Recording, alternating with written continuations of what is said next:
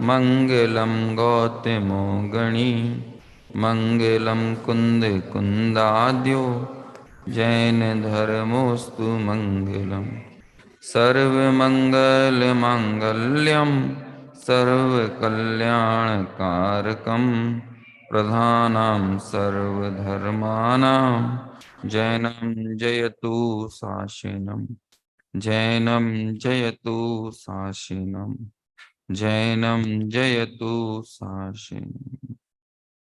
आपने आप में आपको वर लिया, चेतना को स्वयं में प्रकट कर लिया। हे विरागी प्रभु, हे महावीर जिन, आपके दर चरण में शतत नमन। आपके दर चरण में शतत नमन।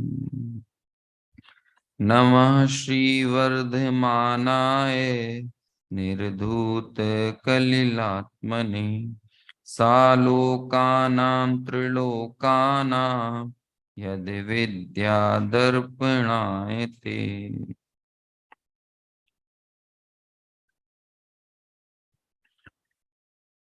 रत्नकर्ण श्रावकाचार ग्रंथादिराज श्रावक के आचरण को दर्शाने वाला मंगलकारी ये ग्रंथ, जिसके विधान, यहां से भी आवाज आ रही है, वापस इसको थोड़ा सा कम कर दीजिए, ये जो मोबाइल लगा हुआ है।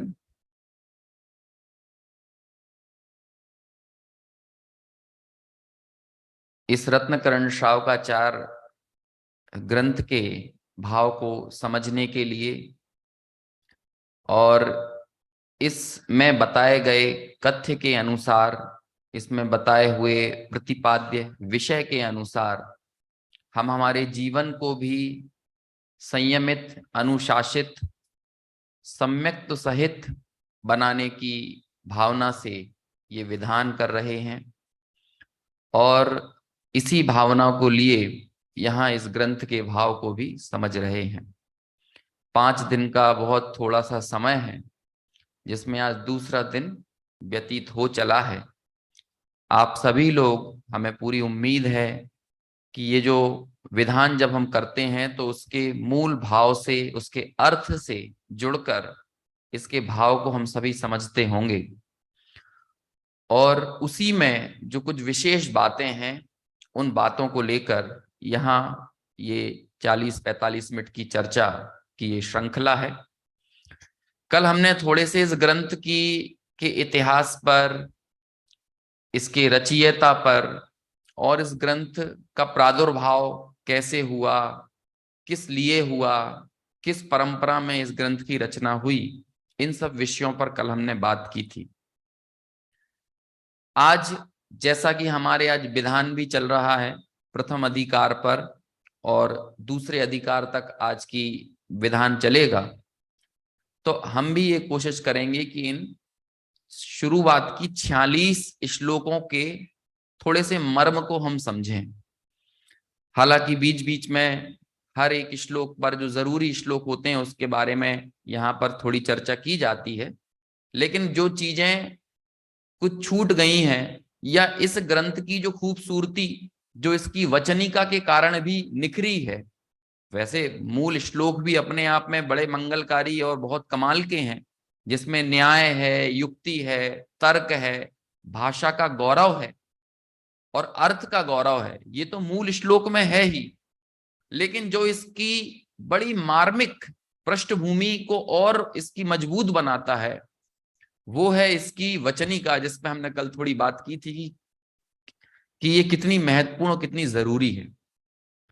इस वचनिका में क्या नहीं है, क्या नहीं है, आपको चलना कैसे चाहिए, आपको व्यापार कैसे करना चाहिए, पुत्री का विवाह कैसे करना चाहिए, समझ में आया ना, खाना कैसे चाहिए, उठना कैसे चाहिए, बैठना कैसे चाहिए, सुबह से लेकर शाम तक और पैदा होने से लेकर मरने तक कैसा जीना चाहिए, हर चीज इसमें बताई है। अब मैं तो क्या बताऊं आपको, है ना। कैसे क्या जीवन होना चाहिए सब इसमें चर्चा है।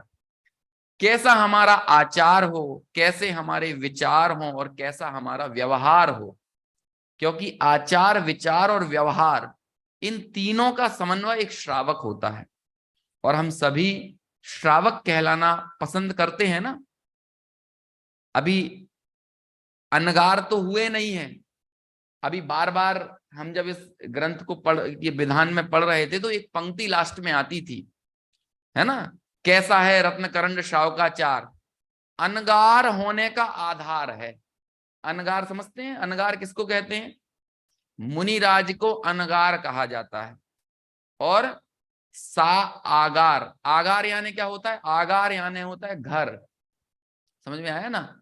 पहले जैसे स्नानागार ये शब्द लगते हैं ना, तो वो स्नान करने का जो स्थान है वो क्या कहलाता है? स्नानागार, है ना। इसी तरह पहले बसों के अड्डे जो होते थे उनको भी आगार कहते थे। बसों के जो अड्डे होते ना, बस खड़ी होती थी रात में जहां पर, है ना, तो आगार राजस्थान में तो चलता है, जो लोग वहां के होंगे तो उन्हें पता होगा ही। ऐसे ही सा आगार मतलब जो घर सहित है तो वो गृहस्थ है, और अन आगार मतलब जो घर से रहे थे वो कौन है? मुनि है। तो ऐसा ये श्रावकाचार किसका आधार है? अनगार होने का आधार है ना। खरेखर भावना तो ये है कि हम श्रावक रहकर ही संतुष्ट ना हो जाएं। श्रावक पने में संतुष्टि का नाम श्रावक पना है ही नहीं। श्रावक पने में अनगार होने की भावना का नाम श्रावक पना है। और ये बात थोड़ी कल भी आई थी अपनी, है ना। तो कल एक बात और हमने कही कि इसमें सम्यक दर्शन का जो वर्णन किया है वो भी आचरण की मुख्यता से किया है। समझ में आया ना। द्रव्यानुयोग में सम्यक दर्शन का वर्णन जो होगा वो कैसा होगा? श्रद्धान की मुख्यता से होगा, है ना। तत्वार्थ श्रद्धानम सम्यक दर्शनम, स्वपर का भेद विज्ञान वो क्या है? सम्यक दर्शन है। स्वभाव की अनुभूति उसका नाम क्या है? सम्यक दर्शन है। वहां पर एगो में शासदो अप्पा राण दंसन लक्षणों शेषा में बाहिरा भावा सव्य संजोग लक्षण, इस तरह की बात आएगी कि मैं एक शाश्वत द्रव्य हूं, ध्रुव तत्व हूं, है ना। उसका श्रद्धान होना, उसकी आचरण लीनता होना, ये सब क्या है? सम्यक दर्शन है। लेकिन यहां आचरण की मुख्यता से। क्यों? सम्यक दर्शन का भी आचरण होता है। अरे बिल्कुल होता है। ज्ञान का भी आचरण होता है। तभी तो पंचाचार की व्यवस्था की है कि नहीं? दर्शनाचार, ज्ञानाचार, है ना, ये सब है कि नहीं? तपाचार, ये सब व्यवस्था है कि नहीं? तो दर्शन का भी आचार होता है। और कल हमने एक बात और कही थी कि सम्यक्त्वाचरण चारित्र की चर्चा किन्होंने की? चारित्र पाहुड़ ग्रंथ के अंदर आचार्य कुंद कुंद देव ने की। देखिए ये सारे जो ग्रंथों के मैं आपको रेफरेंस देता हूं ये सब हमारी निधियां हैं। समझ में आया ना। ये सब हमारा मार्ग प्रशस्त करने वाली चीजें हैं। तो हमको पता होना चाहिए कि हमारे पीछे कितना बड़ा आगम का बल है। गुरुदेव श्री की वाणी में जो बल था, और उन्होंने फिर जगत के किसी की परवाह नहीं की कि कौन क्या कह रहा है। उनमें सबसे बड़ा बल किसका था? आगम का बल था। और आत्मार्थी की विशेषता होती है कि उसमें आत्मबल होता है और आगम का बल होता है। और ये जब दोनों बल उसके पास होते हैं तो बोलो वो किससे डरेगा? किसका भय उसको होगा? समझ में आया। उसे यदि भय है तो किससे है? उसे भव का भय है। अब भव ना हो, भव से भीरू है वो। और जिससे भाव बढ़ते हो ऐसे किसकी लाज शर्म और हया करेगा वो? समझ में आया ना। अंतर में तो अपने आप को प्रभु देखता है, और बाहर में जब आंखें खोल के भगवान को देखता है तो भगवान के सामने पामर हो जाता है कि भगवान मेरी भी प्रभुता आपके समान कब प्रकट हो। और आंख बंद करता है तो क्या कहता है? मैं तो परिपूर्ण हूं, शुद्ध हूं, प्रभु हूं। ऐसी अपनी प्रभुता का विचार करता है। ये निश्चय और व्यवहार का संतुलन आत्मार्थी के जीवन में होता है। समझ में आया ना। तो यहां जो इस पूरे अधिकार की जो पृष्ठभूमि, जो पूरा आधार, जो बेस खड़ा हुआ है पहले सम्यक दर्शन अधिकार का, इस रत्नकरण श्रावकाचार में वो जो बेस है वो श्लोक क्रमांक 4 के आधार से खड़ा हुआ। और वो श्लोक 4 क्या कहता है? श्रद्धानम परमार्थानाम आप्तागम तपोव्रताम त्रिमूणापोड़मष्टांगम सम्यक दर्शन मस्मयम। श्रद्धान किसका? आप्त का, आगम का और तपोव्रत यानी गुरु का, मुनि का, तपस्वी का, देव गुरु शास्त्र की श्रद्धा, और अगली चीज श्रद्धा नाम परमार्था नाम आप्तागम तपोव्रताम त्रिमूलापोड़म अष्टांगम। त्रिमूलता, तीन मूलताओं का अभाव होना, और अष्टांगम, 8 अंग होना, और अस्मयम, इसमय यानी होता है मान, मद, और सम्यक दृष्टि कैसा होता है, अस्मय, मद रहित होता है। तो ये उसका क्या है, ये आचरण है। अभी उसने कहते हैं अणुव्रत आदि की बात नहीं है, अभी सबसे बेस कहां से खड़ा किया है उसका, देव गुरु शास्त्र की श्रद्धा, दूसरा 3 मूलताओं का अभाव, उसके बाद 8 अंगों सहित, और तदोपरांत 8 प्रकार के मदों से रहे। और आगे फिर पूरी की पूरी जो व्याख्या, जो विस्तार आया वो किसका आया है, वो इसी चीज का विस्तार किया है। और आखिर में सम्यक दर्शन की महिमा, 10-12 श्लोक में सम्यक दर्शन की महिमा बताइए कि सम्यक दर्शन का क्या महात्मा है। समझ में आया ना। तो यहां से ये बात शुरू होती है, और फिर उसके बाद क्रम क्रम से वो आप्त कौन है, समझ में आया ना, वो शास्त्र कौन है, वो आगम क्या है, और वो मुनिराज तपस्वी क्या है। और एक एक श्लोक में समंत भद्राचार्य की जो शैली है, जो तर्क प्रधान शैली है, वो तर्क प्रधान शैली हमको इसमें नजर आती है। जैसे आपको एक वानगी बताते हैं, हाँ, ये जैसे श्लोक क्रमांक 9वें नंबर का जो श्लोक है ना, ये सब अपन ने पढ़े हैं, लेकिन मैं कुछ कुछ विशेष चीजें बताता चल रहा हूं यहां पे। जैसे देखिए, आप तो पज्ञ मनुल्लंघ्यम दृष्टेष्ट विरोधकम, ये परिभाषा, ये श्लोक ये बता रहा है कि ये समंत भद्र की कलम से निकला है।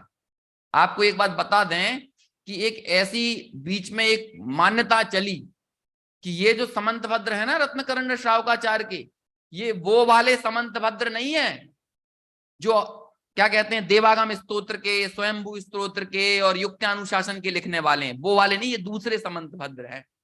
क्योंकि उन्हें लगा ये श्रावकाचार्य जैसी चीज पे समंत भद्र क्यों कलम चलाएंगे, ऐसी मान्यता रही एक दौर में।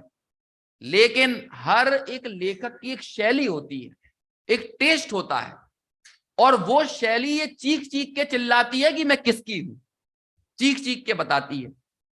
जैसे पंडित टोडरमल जी की शैली, अरे उनकी पंक्ति कहीं आ जाए, वो पंक्ति बताएगी कि मैं पंडित टोडरमल जी की हूं। पंडित दौलत राम जी की पंक्तियां ये बताएंगी कि मैं पंडित दौलत राम जी की हूं। समझ में आया ना। ऐसी है उनकी रचनाएं, यह राग आग दहे सदा ताते समामृत से, ये बता देगी, पंक्ति बता देगी किसकी कलम से निकली हूं, दौलत राम जी की कलम से निकली हूं।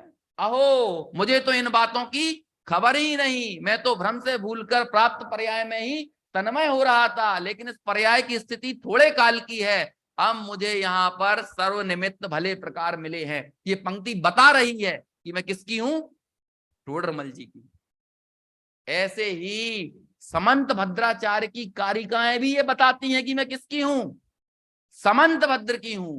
लक्षण, किसी लक्ष्य को यानी किसी प्रतिपाद्य विषय को बताने से पहले जो लक्षण वो देते हैं, वो लक्षण ये बताते हैं कि मैं किसकी हूं। अब शास्त्र का लक्षण क्या बताया है, आप तो पज्ञ, आप्त के द्वारा कहा गया हो, और अनुल्लंघ है, जिसका उल्लंघन नहीं किया जा सके। और आखिरी तो आया कापत्थ घट्टनम, कुवादियों के मतों का खंडन करने वाला हो। अभी ये वाली पंक्ति कौन लिख सकता है? जो वादार्थी विचराम में हम शार्दूल विक्रीडितम, जो वादार्थियों की तरह विचरते थे और जिनको देखकर कुवादियों के गांव खाली हो जाते थे कि भैया अभी 4 महीने के लिए समंत भद्र यहाँ आ रहे हैं, अपना तंबू उखाड़ो और कहीं और चलो, है ना। ऐसे कुवादियों के तंबू उखड़वा देते थे, समझ में आया ना। वो ऐसे व्यक्ति का नाम समंत भद्र था। एक मान्यता है कि राजा थे, क्षत्रिय थे समंत भद्राचार्य, तो क्षत्रियत्व तो उनके अंदर था, है ना। तो जब वे दिगंबर मुनिराज हुए तो वह चीज भी उनके जीवन में रही। समझ में आया? बहुत कहानियां हैं समंत भद्राचार्य से जुड़ी हुई। उनको भस्मक व्याधि रोग हुई तो उन्होंने अपने गुरु से कहा कि हमें सल्लेख ना दो। तो गुरु तो निमित्त ज्ञानी थे, उन्होंने जाना कि इस व्यक्ति के जरिए महान धर्म की प्रभावना होने वाली है। उन्होंने कहा कि अभी मुनि पद का छेद करो, अपनी व्याधि का उपचार करो और वापस स्थितिकरण करके वापस जिन मार्ग में वापस लौट के आओ। और फिर बाद में जो कमाल हुआ वो दिख रहा है आज। तो ये बता रही है ना, आप तो उपज्ञ, आप के द्वारा कहा गया हो। इसमें ये लिखा है कि कहां से छपा होना चाहिए शास्त्र है। इसमें ये लिखा कि पंडित का होना चाहिए कि विद्वान आचार्य का कि मुनि का, किसका होना चाहिए? अरे आप का होना चाहिए। इसमें लिख देते आप तो उपज्ञ की जगह पंडितोपज्ञ, या आचार्योपज्ञ, या सोनगढ़ोपज्ञ, या जयपुरोपज्ञ। कि सोनगढ़ से छपा हो कि जयपुर से छपा हो, लिख सकते थे ये सब चीजें। क्या लिखा शास्त्र का लक्षण? अरे आप्त, क्योंकि वक्ता तो कौन है? एक आप्त है। और वो आप्त का लक्षण पहले बता चुके हैं, आप्तेनो छिन्न दोषेण, 18 दोषों से रहित है। ये सारी चीजें आ गई हैं पहले। और वो एक ही वक्ता है जिन शासन में, और दूसरा कोई वक्ता नहीं है। इसके अलावा और किसी की नहीं चलती है। बाकी फिर वो पंडित लिखे कि आचार्य लिखे, लेकिन आप्त की परंपरा में होगा तो वो शास्त्र है। समझ में आया? इससे फिर फर्क नहीं पड़ता है। अनुलंघ्य होना चाहिए, उल्लंघन ना किया जा सके, कुवादियों के मत का खंडन करने वाला होना चाहिए। और क्या शब्द जो आज हम सबकी जबान पर चढ़ गया है, ये हमारी जुबान पर चढ़ा हुआ शब्द किसकी देन है? समंत भद्र की। कौन सा शब्द? तत्वोपदेश। क्या शब्द है? आज हमने इतना इसका यूज कर लिया है कि इस शब्द के मायने ही खत्म हो गए हैं। जो चीज रट जाती है ना, वो चीज अपना अर्थ खो देती है। ऐसी बहुत सारी चीजें जो हमें गुरुदेव के प्रताप से मिली, जिनका उद्घाटन गुरुदेव श्री ने किया। तत्वज्ञ होना चाहिए, तत्व का लोलुपी होना चाहिए, ये तत्व के उपदेश में हमारा चित्त रमना चाहिए। लेकिन ये शब्द किसने दिया? किसने दिया? तत्वोपदेश कृत सार्धम, कृत सार्वम। सार्वम, सार्वम शब्द का मतलब समझ में आया? सबके लिए हो। समाव शरण, समाव शरण के लिए एक शब्द प्रयोग में आया है, और वो शब्द भी समंत भद्राचार्य ने प्रयोग किया है। उसका नाम है संसद। कौन सा शब्द? पहली बार, पहली बार समाव शरण के लिए कौन सा? ये है समंत भद्र। मैं आपको क्या बताऊं, संसद शब्द ये चर्चा निकली कि जहां पर ये सारे विधायक नेता बैठ के देश की नीतियां बनाएंगे कल्याण की, उसको क्या कहें, क्या कहें? तो उसको संसद नाम दिया गया। और वो भी संविधान सभा में, मैं नाम भूल रहा हूं, वो कौन थे, वो जैन है ना, उन्होंने दिया संसद कहेंगे, क्योंकि समाव शरण के लिए शब्द प्रयोग किया संसद। मेरे हिसाब से युक्तानुशासन में या यहां कहीं पर है ना, वो शब्द है। क्यों? क्योंकि जैसे समाव शरण में सबके लिए बात होती है, संसद में सबके कल्याण की बात होती है, सार्वम। तो भगवान की वाणी कैसी है? सार्वम। हमें हमारे गौरव को पता करना चाहिए भाई साहब। हमारे युवाओं को, जो नए पढ़ने लिखने वाले, विशेष जानने वाले लोग हैं, उनको समझना चाहिए। अरे जिस देश को भारतवर्ष कहते हैं, वो भारत नाम किसके कारण है? खारवेल के शिलालेख में सबसे पहले उल्लेख किया गया इस देश का भारतवर्ष।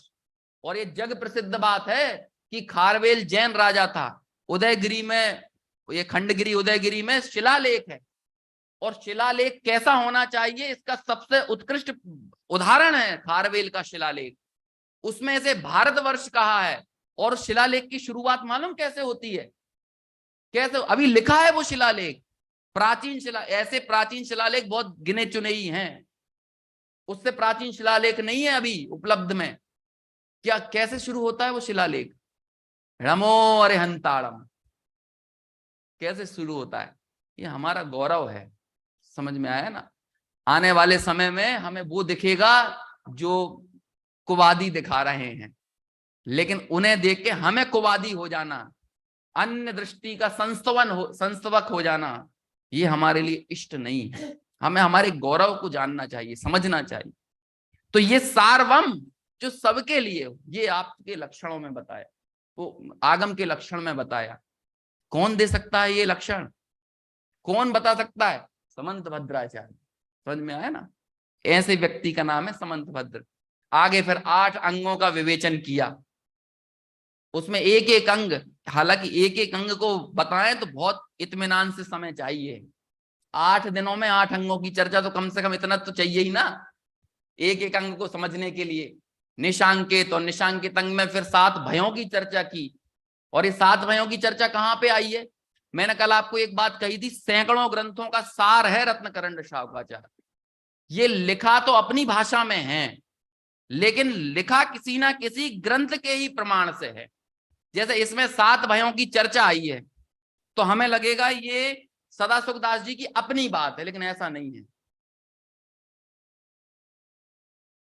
समय सार के निर्जलाधिकार में 227वें नंबर की गाथा है, 227 या 226 नंबर की, वहां पर निशंकित अंग का वर्णन सबसे पहली बार इस काल में 8 अंगों की सबसे पहले चर्चा किसने की थी?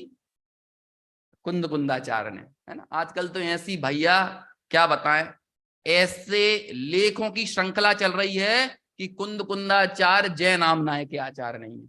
अरे भाई, कुंद कुंद को हटा दोगे तो कुछ नहीं रह जाएगा। कुंद कुंद को हटा दिया तो ये चल रहा है यार, ये इस काल का ही तो क्या कहें, काल का ही तो दुष्प्रभाव है, और क्या है। और मालूम ये क्यों चल रहा है? कुंद कुंद को अपनी परंपरा से बाहर क्यों किया जा रहा है, पता है आपको? उन्हें एक व्यक्ति से समस्या है, और उस व्यक्ति का नाम है पूज्य गुरुदेव श्री कांजी स्वामी। और उन कांजी स्वामी गुरुदेव श्री ने जीवन भर कुंद कुंद को अपनी छाती में स्थापित करके रखा। जैसे हनुमान जी की कथा सुनते हैं ना, कि उनका यदि सीना फाड़ा जाए तो उसमें से श्री राम मिलेंगे, ऐसे गुरुदेव श्री को यदि देखा जाए तो अंदर कौन मिलेंगे? आचार्य कुंद कुंद मिलेंगे। तो अब उन्हें उसकी सत्ता को हटाना है, उन गुरुदेव श्री की। तो कहां कि सीधे जड़ में जाओ, कौन है? तो वहां कुंद कुंद है। आदमी का सोचो, उस एक व्यक्ति के द्वेष में आदमी इतना पागल हो गया कि वो सीधे किसकी सत्ता को डिगाने चला गया? कुंद कुंद की। अरे विचार तो करो, कुंद कुंद नहीं रहेंगे तो क्या रह जाएगा आपके पास? क्या बचेगा आपके? इस काल में भक्ति किसी ने दी तो कुंद कुंद ने दी, मुनियों का आचरण किसी ने बताया तो कुंद कुंद ने बताया, एकत्व व्यक्त भगवान आत्मा किसी ने बताया तो कुंद कुंद ने बताया, 12 अनुप्रेक्षा किसी ने बताई तो कुंद कुंद ने बताई, सर्वज्ञ का स्वरूप किसी ने बताया तो कुंद कुंद ने बताया। क्या किस किस की चर्चा करें, कहां कहां की बात करें? गेयों की मीमांसा किसने की? तो कुंद कुंद ने की। उत्पाद व द्रव्य किसने बताए? तो कुंद कुंद ने बताए। सब कुछ तो कुंद कुंद का दिया हुआ है, बाद में उसी का विस्तार हुआ है। लोग उनकी सत्ता डिगाने चले पड़े हैं। समझ में आ रहा है? हम ऐसे काल में हैं, अब पूरा समुद्र तो नहीं छन पाएगा, लेकिन हमें अपना लोटा छानना है। इस काल के बीच में हमें अपने कल्याण का मार्ग प्रशस्त करना है। हमें कुंद कुंद मिल गए हैं, और कुंद कुंद को समझाने वाले गुरुदेव श्री मिल गए हैं।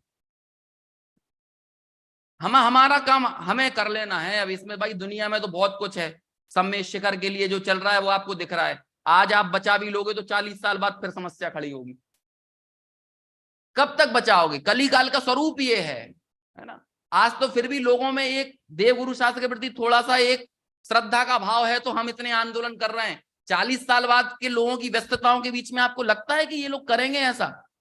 वो तो अपनी अपनी मल्टीनेशनल कंपनी की नौकरियों में व्यस्त रहेंगे, अपने बॉस की जी हजूरी में उनको सलूट मारने में व्यस्त रहेंगे। उन्हें कहाँ व्यक्त है? वो अपने बच्चों की एजुकेशन की फीस भरने में व्यस्त रहेंगे, उनके दिमाग में ये चिंता चलेगी। उन्हें उनका करियर बनाना है, उन्हें उनके कैम्ब्रिज ऑक्सफोर्ड में एडमिशन कराने की चिंता रहेगी। आपको लग रहा है कि वो वाली पीढ़ी सम्मेद शिखर की चिंता करेगी? समझ में आया? हम आज तत्व से दूर होते हैं तो तत्व की प्रभावना के जो जो साधन है वो हमसे दूर होते चले जाते हैं। Don't take it granted. ये जो जिनवाणी मिली है, इसको खैरात में मिली हुई वस्तु मत समझिए, मत समझिए। आप जिनवाणी से 1 इंच पीछे खींचोगे, आपका उदय ऐसा आएगा कि आप जिनवाणी से कोसों दूर हो जाओगे। आप जिन मंदिर से 1 इंच पीछे खींचोगे, ऐसा उदय आएगा कि आपको सालों साल देव के दर्शन नहीं मिलने वाले। डोंट टेक इट ग्रांटेड, खैरात में मिला हुआ मत समझो इस चीज को। और ये कोरोना ने दिखा दिया है। आदमी पहले 10 दिन 15 दिन महीने भर के लिए दूर हुआ, फिर अपने प्रमाद से सालों के लिए दूर हो गया, और फिर ये कंडीशन हो गई है कि टीवी ही जिन मंदिर हो गया है, मोबाइल ही जिनवाणी हो गया है। हो गई है क्या नहीं, हमें पता नहीं है ये चीजें। बैंश्री से प्रश्न पूछा गया, और इसका जिक्र मैंने बैंश्री के मुंह से तो नहीं सुना, क्योंकि मैं तो जब हुआ ही नहीं था इस दुनिया में। उज्ज्वला शाह है ना अपनी, है ना, आदरणीय उज्ज्वला बहन, तो उनसे मेरे हिसाब से उनके सम्यक दर्शन की 5 लब्धियों पर 30 प्रवचन है, एक ऐसी श्रृंखला डली हुई, उसका शायद 12वां या 13वें नंबर का प्रवचन है। वहां ये प्रश्न आया उनके उपास कि ये TV, tape recorder, mobile phone, इसमें जो हम प्रवचन आदि सुनते हैं, ये देशना लब्धि का निमित्त है कि नहीं। तो उन्होंने क्या उत्तर दिया 5 लब्धियों के प्रकरण में, तो उन्होंने बैंश्री का रेफरेंस दिया कि बैंश्री के सामने भी ये प्रश्न आया था, तो वहां बैंश्री ने उत्तर दिया कि नहीं है।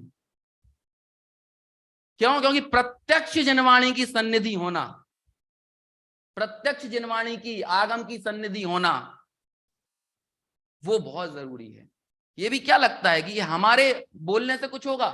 अरे ये आगम, ज्ञानियों के वचन, ज्ञानियों के। दूसरा प्रश्न आया, गुरुदेव श्री की वाणी देशना लब्धि में निमित्त है कि नहीं, तो उन्होंने कहा बिल्कुल है, ज्ञानी की देशना है कि नहीं, लेकिन उसके लिए भी एक विधि होना चाहिए। हमारे सामने जिनवाणी सामने हो, और जिनवाणी से मिलान करते हुए उसके रसास्वादन का हमारा आनंद हो, प्रत्यक्ष सन्निधि, ये उसका प्रताप होता है। ये वहां पर उन्होंने उत्तर दिया।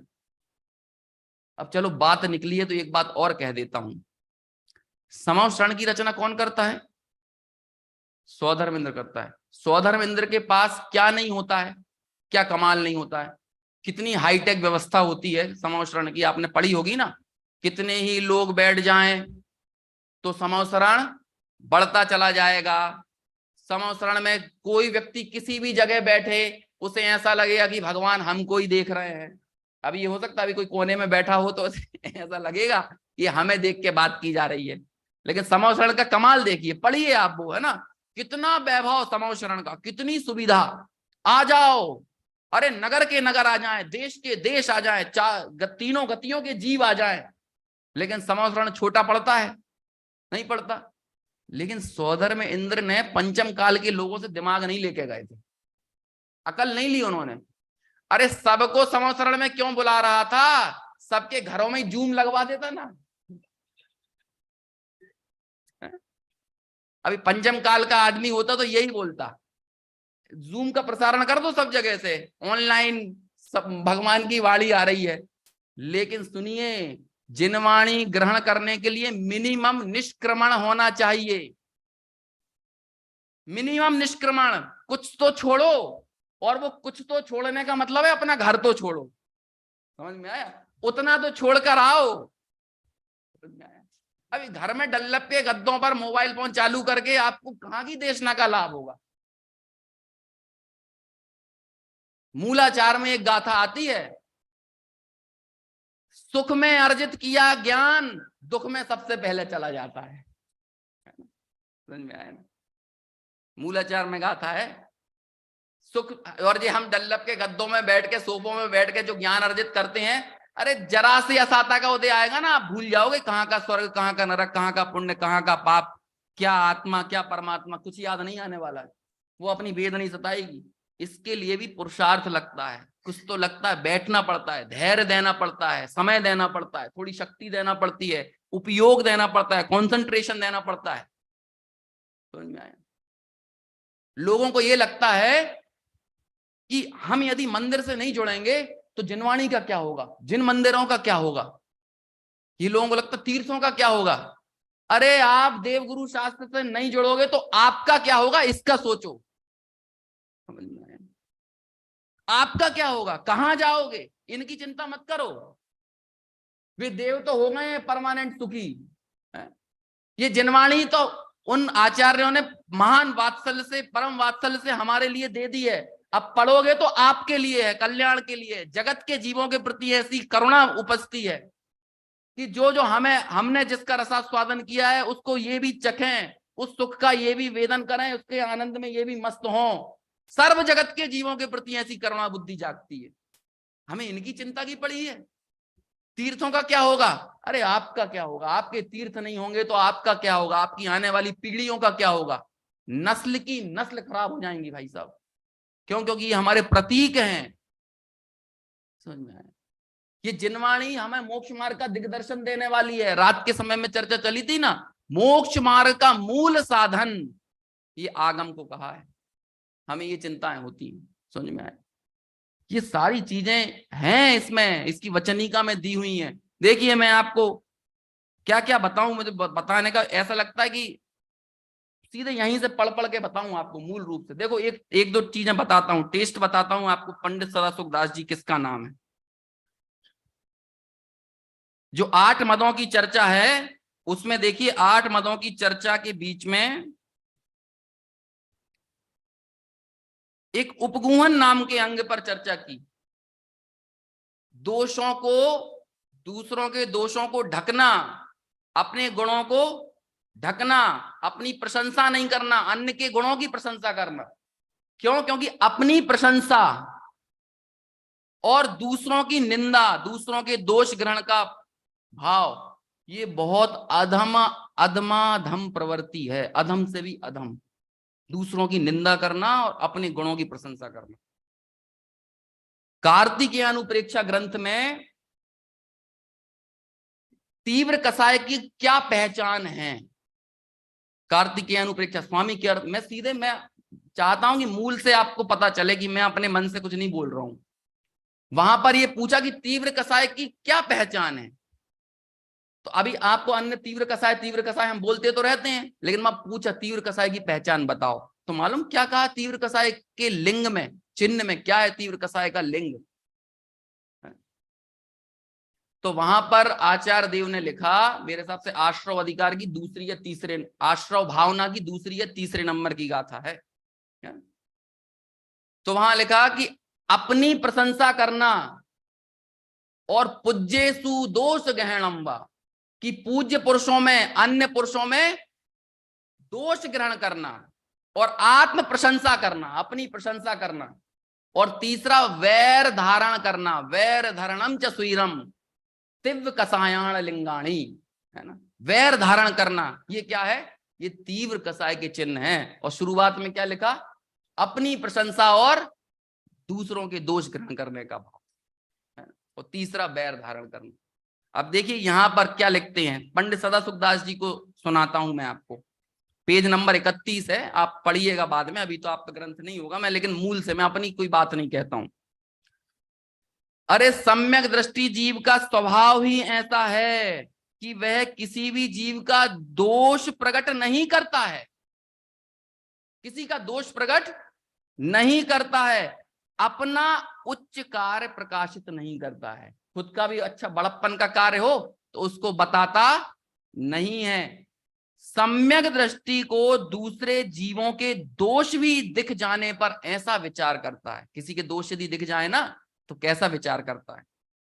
इस संसार में अनादिकाल से जीव कर्मों के वशीभूत है, इसलिए जब तक मोहनीय कर्म तथा ज्ञानावरण दर्शनावरण कर्म का उदय चल रहा है, तब तक दोष लगने का तथा भूल चूक होने का क्या आश्चर्य।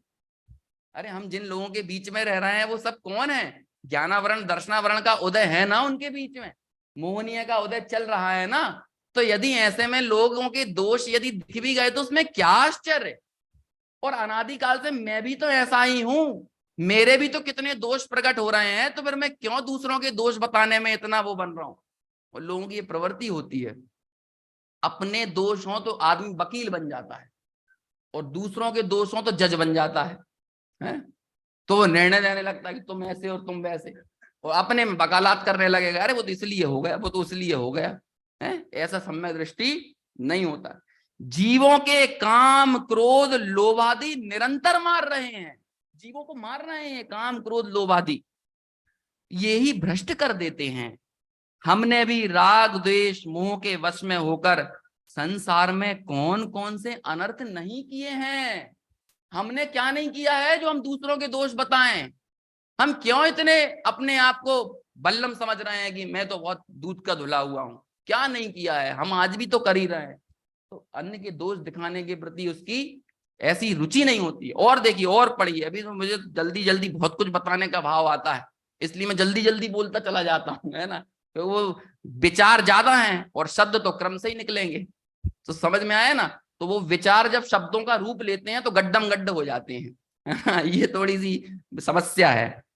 देखिए देखिए एक और मैं सुनाता हूं आपको। स्थितिकरण, अभी थोड़ी चर्चा चली भी थी उसकी। किसी धर्मात्मा अव्रत सम्यक दृष्टि तथा व्रती पुरुष के परिणाम, कैसे कैसे आदमी धर्म से विमुख हो सकता है।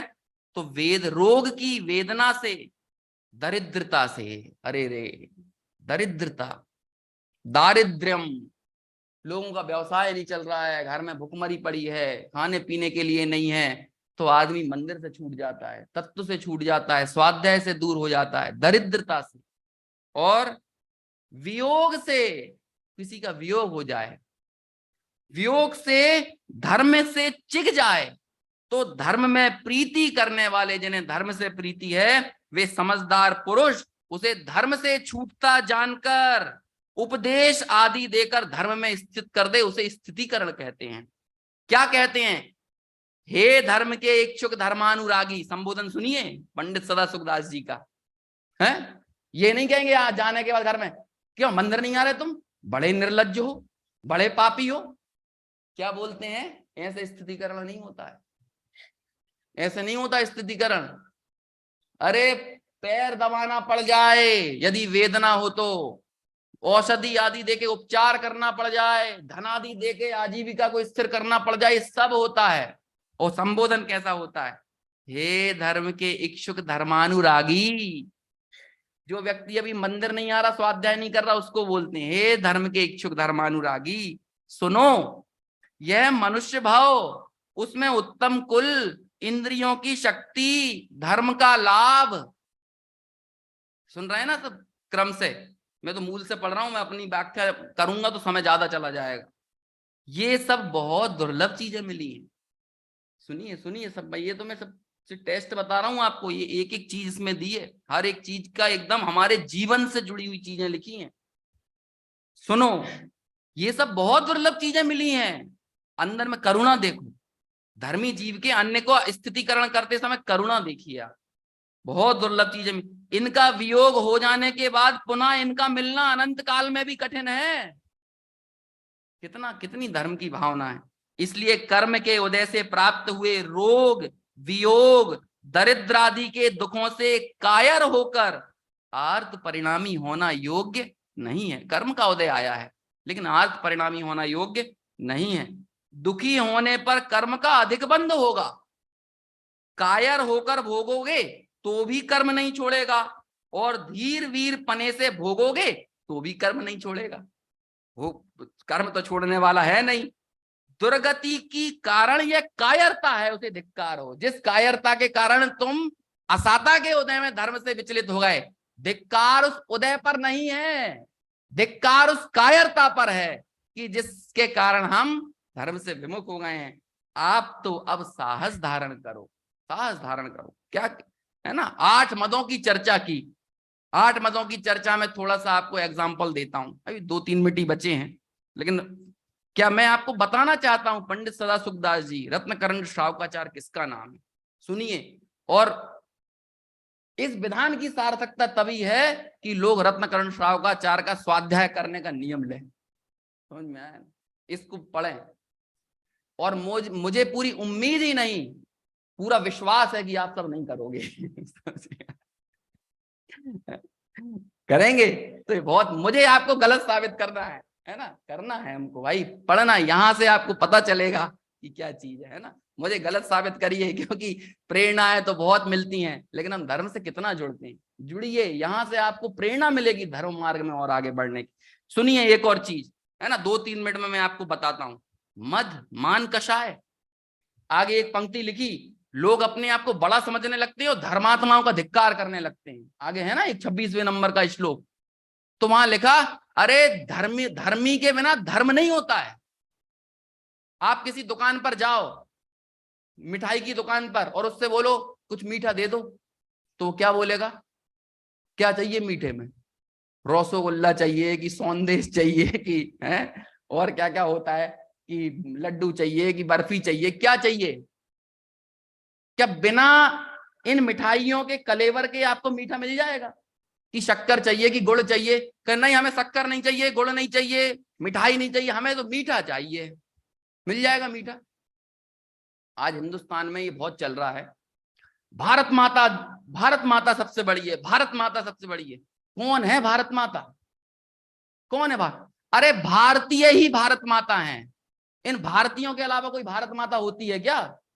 कि लोग भारत माता के प्रति हमारी निष्ठा होना चाहिए। अरे भारत के प्रति निष्ठा का मतलब भारतीयों के प्रति निष्ठा, धर्म के प्रति निष्ठा का मतलब धार्मिकों के प्रति निष्ठा, क्योंकि धार्मिक के बिना धर्म कुछ नहीं है। धर्मी के बिना क्या धर्म पकड़ेंगे आप? धर्म कहां से मिलता है? क्षमा मार दो हार जाओ कहां से लेके आओगे आप? जब तक उनका किसी के जीवन में हम प्रादुर्भाव ना देखें, किसी के जीवन में ये साकार होते हुए ना देखें। तो ये लिखा ना धर्मी धार्मिक बिना, ना धर्म धार्मिक के बिना कोई धर्म नहीं होता है। लेकिन लोग अपने गर्व में ऐसे फूल जाते हैं कि वो धार्मिकों की भी निंदा करने लगते हैं, उनसे बड़ा अपने आप को मानने लगते हैं। और किन से बड़ा मानते हैं? ये लिखा ना, ज्ञानम पूजाम बलम जातिम रिद्धिम, ज्ञान पूजा बल रिद्धि जाति रूप, इन सब से अपने आप को बड़ा मानने लगते हैं। अष्टावासृत्य मानित्वम, ये 8 मान के आश्रय हैं। आश्रय है, मान तो एक ही प्रकार का होता है, लेकिन उसके आश्रय 8 प्रकार के हैं, समझ में आया ना? इनके जरिए हो सकता है। तो सुनो, मैं एक मत की आपको एग्जांपल देकर यहां पे बताता हूं। ज्ञानी के पास यदि जो धन वैभव रिद्धि होती है, उसकी क्या दृष्टि होती है, और ये पढ़ के मैं पूरी बात खत्म करूंगा। और आपने इसमें एक जो पंक्ति आएगी ना, यदि आपने उसको ही पकड़ लिया ना, तो ये अकेले ही पकड़ना आज का सबसे बड़ा ग्रहण है आपका, है ना? सुनिए, देखिए, ज्ञानी को रिद्धि अर्थात धन संपत्ति पाने का गर्व नहीं होता है। सम्यक दृष्टि तो धन आदि के परिग्रह को महाभार मानता है। क्या मानता है? महाभार मानता है। वह विचारता है कि, भार नहीं महाभार, वह विचारता है कि ऐसा दिन कब आएगा जब मैं समस्त परिग्रह के भार को छोड़कर अपने आत्मिक धन की संभाल करूंगा। यह धन परिग्रह का महाभार महाबंधन है। राग द्वेष भय संताप शोक क्लेश बैर हानि, ये जो सारी चीजें बताई ना, महाआरंभ इन सब का कारण है। धन के बारे में पूज्यपाद स्वामी ने लिखा कि धन मिले इसकी इच्छा दुख रूप, धन कमाने के प्रयास वो दुख रूप, धन को संभालने की चेष्टा वो बड़े विकल्प की उत्पत्ति करने वाली वो दुख रूप, और धन चला जाए तो दुख रूप। तो धन सर्व प्रकार से क्या कहा उन्होंने?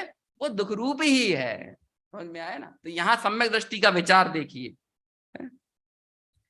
ये महाभार बंध का कारण है, मद उत्पन्न करने वाला है, दुख रूप दुर्गति का बीज है। लेकिन अब देखो आगे, परंतु करे क्या? अब हम सबके पास हो गया, तो करें क्या? तो क्या विचार चले?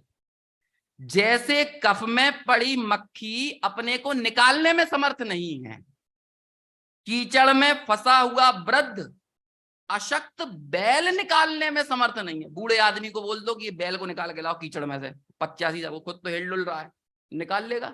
कफ में पड़ी हुई मक्खी हो, दलदल में पड़ा हाथी अपने को निकालने में समर्थ नहीं है, उसी प्रकार मैं भी इस धन कुटुंब आदि के फंदे में से निकलना चाहता हूं। उसकी भावना तो क्या बनी है कि मुझे निकलना है। अब ये विचार लेना, निकलना चाहते हो कि नहीं, कि वहीं अपना कंफर्ट जोन है। निकलना चाहता हूं, किंतु आसक्ति राग आदि का प्रबल उदय, निर्वाह होने की कठिनता दिखाई देती है कि कैसे जीऊंगा इसके बिना, घर छोड़ दूंगा तो क्या होगा मेरा, कैसे कर पाऊंगा मैं? तो ये निर्वाह होने की कठिनता दिखती है उसको, ये राग के उदय से दिखती है, दिखाई देने से उसका हृदय कांपता है, लेकिन चाहता क्या है? कब छोड़ूं, कब निकलूं। ऐसे अपमान भयादि कराने वाले परिग्रह के बंधन से बाहर निकलने का इच्छुक, सम्यक दृष्टि, पराधीन, विनाशीक, दुख रूप संपत्ति का गर्व नहीं करता है। कफ में मक्खी पड़ी हो तो कहती कितना बढ़िया कफ है, कितना आनंद आ रहा है। वो मक्खी को ये लगता है कि वो छटपटाती है कब इस कफ में से बाहर निकलूं। दलदल में हाथी फंस गया हो तो वो ये कहता कितना बढ़िया दलदल है, बढ़िया डूबे चले जाओ। अरे डूबे चले जाओगे तो भैया बहुत गहरी मौत आने वाली। ऐसे ही गृहस्थी में यदि डूबे चले जाओगे तो बहुत गहरी मौत आने वाली। इसमें गर्व नहीं करता है। अब सुनो सुनो आगे की लाइन सुनना भैया। इसका संयोग होने से बड़ी शर्म लगती है। अब सेल्फी खींच के फेसबुक पे अपलोड करो, है ना, I have bought a new car, new Mercedes, I am travelling फला फला कंट्री, डालो। I am watching new movie in फला फला multiplex, I am travelling here, I am travelling, है ना, फलाना ठिकाना, this is my new house, inaugurating new house. डालो सेल्फी, डालो। अरे बड़ी शर्म लगती है। क्या पर्सनैलिटी की बात करते हो? What a good personality. ये क्या पर्सनैलिटी की बात करते हो? थोड़ी सी शकल सूरत अच्छी हो गई, चलो चार कपड़े नए पहन के आप दिखाने के लिए, क्या पर्सनैलिटी? अरे पर्सनैलिटी तो वो है कि शरीर एकदम कांटा हो रहा है सूख कर, लेकिन हाथ में पिची कमंडल लेकर मुनिराज मोक्ष मार्ग पर आगे बढ़े जा रहे। यदि ये पर्सनैलिटी है तो उसके लिए हम क्या समझ रहे हैं? ये धर्मी का अनादर है।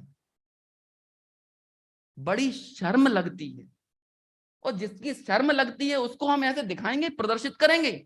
भगवती आराधना में तो ये लिखा कि अपने दोष पर तो शर्म लगती ही है, कोई अन्य जीव भी दोष करता है तो उसको भी आत्मार्थी पे शर्म लगती है। अब ये क्या हुआ?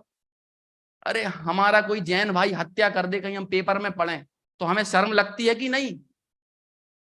हमारा पुत्र यदि कोई गलत काम करे तो हमें शर्म लगती है कि नहीं? तो ऐसे ही हम सभी ज्ञानानंद स्वभावी जीव मात्र हैं। कोई अन्य जीव भी यदि दोष करे तो आत्मार्थी को शर्म लगती है कि नहीं?